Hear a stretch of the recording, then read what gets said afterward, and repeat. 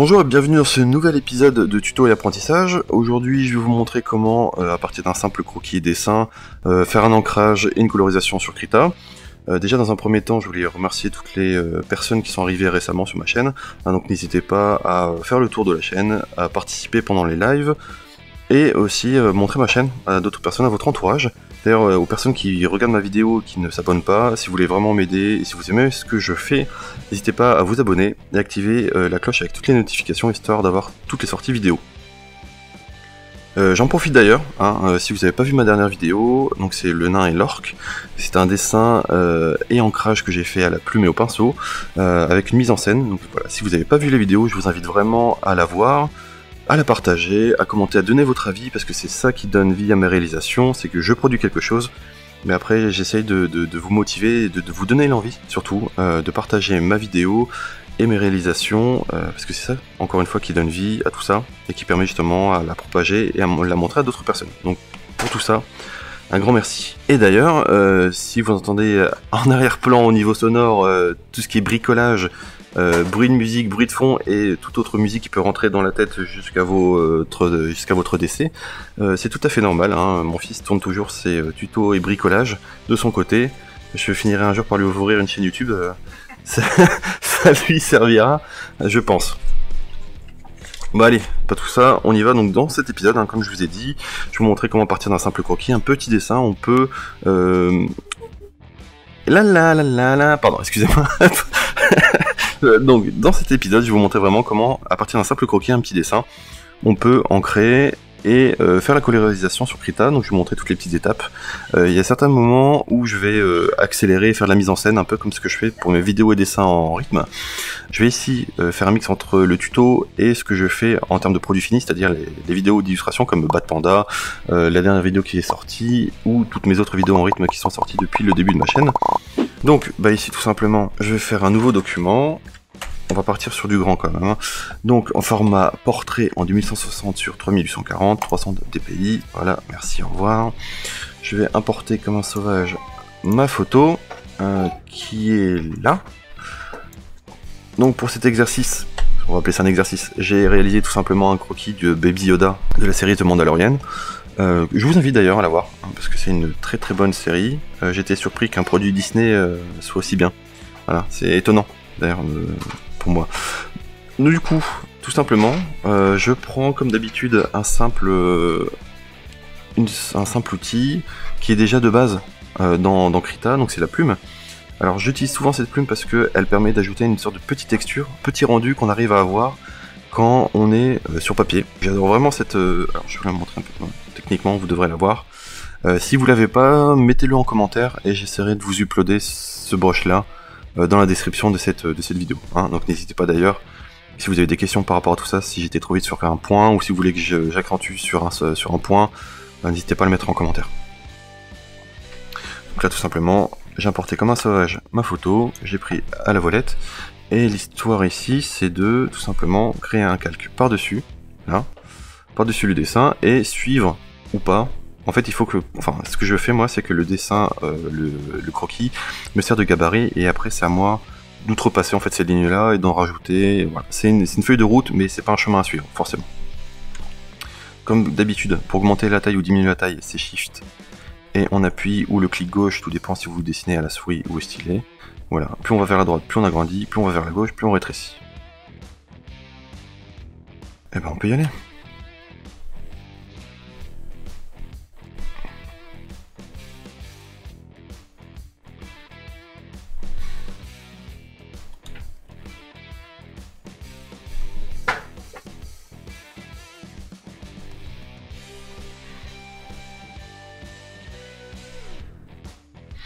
Vous voyez, là je suis pas forcément les lignes, j'en rajoute d'autres. Je me réfère toujours au modèle.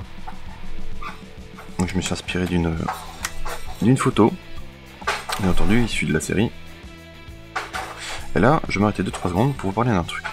Une petite fenêtre qui pourra vous aider si vous faites de l'ancrage et si vous voulez justement avoir un trait de dessin relativement fluide. Donc, tout simplement ici, à droite, vous avez préférence d'outils et vous pouvez choisir en fait ici le type de suivi qu'aura votre brush. Donc si vous voulez un brush stabilisé, en fait vous allez d'abord amorcer un trait, et vous voyez en fait que le trait apparaît bien après. Ça permet tout simplement de créer une courbe, et le stylet en fait va venir l'appliquer. Ça permettra en fait d'avoir une courbe plus fluide. Par contre il y a un certain temps de latence, c'est qu'entre le trait de dessin et l'application, il y a un certain délai. Ça permet d'avoir des courbes beaucoup plus fluides. À vous de jouer entre la stabilisation basique entre guillemets, où là c'est vraiment votre poignet qui va travailler.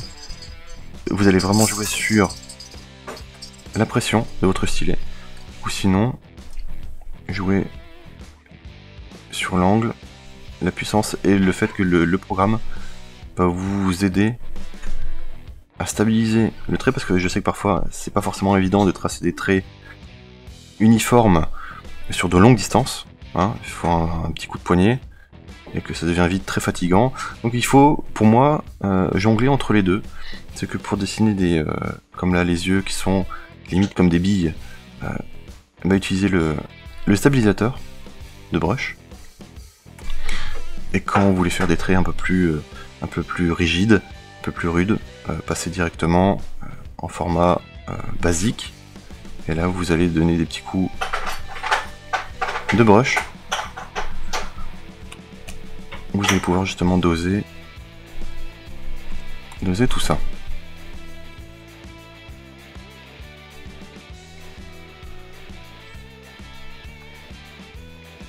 Donc vous voyez, hein, je suis pas forcément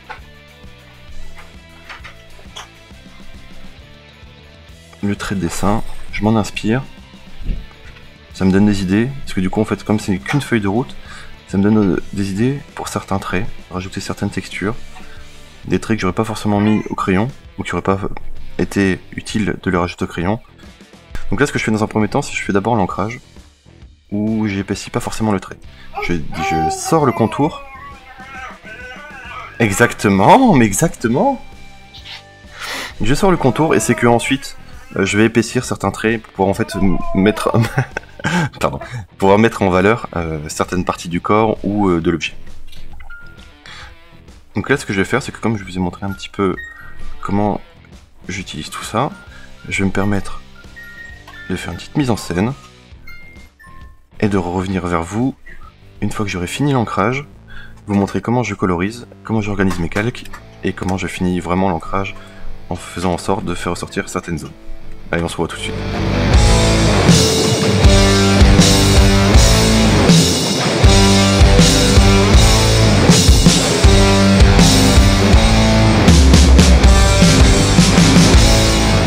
Donc voilà, une fois que vous avez fini l'ancrage, que pour vous tout semble bon, tout simplement vous faites un calque en dessous du calque contour, et en fait c'est là où vous allez déposer la couleur. Alors il n'y a pas vraiment de technique, je vous renvoie d'ailleurs à mes vidéos tuto où vous pouvez créer des brushes. Il n'y a pas vraiment de technique, est-ce que vous voulez une colorisation lisse, sachant que là ici mon ancrage est plutôt assez soutenu, mais vous pouvez très bien utiliser un pinceau qui donne de la texture, un pinceau qui donne de la couleur lisse, vous pouvez utiliser plein de couleurs, vous pouvez utiliser que 3 couleurs entre guillemets.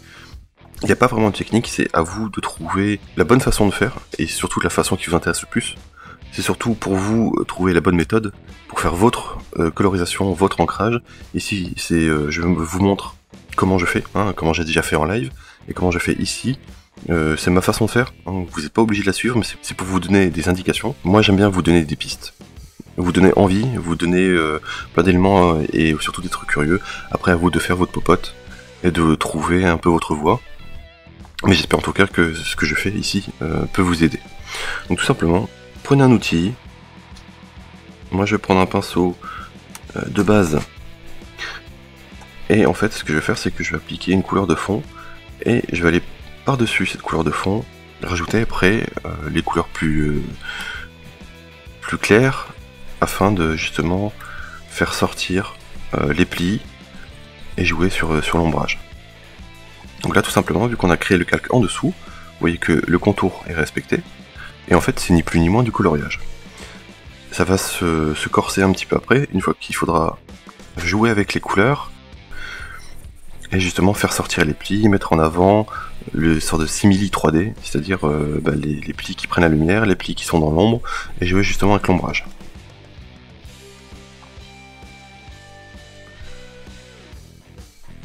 Là globalement, histoire de pas trop vous faire patienter, je vais mettre un petit peu en simili accéléré, comme j'ai fait pour l'ancrage. On se retrouve une fois que j'ai fini la colorisation et je vous expliquerai pas à pas ce qui s'est passé, ce que j'ai utilisé et vous donner des pistes justement pour faire chez vous vos colorisations. Allez, à tout à l'heure.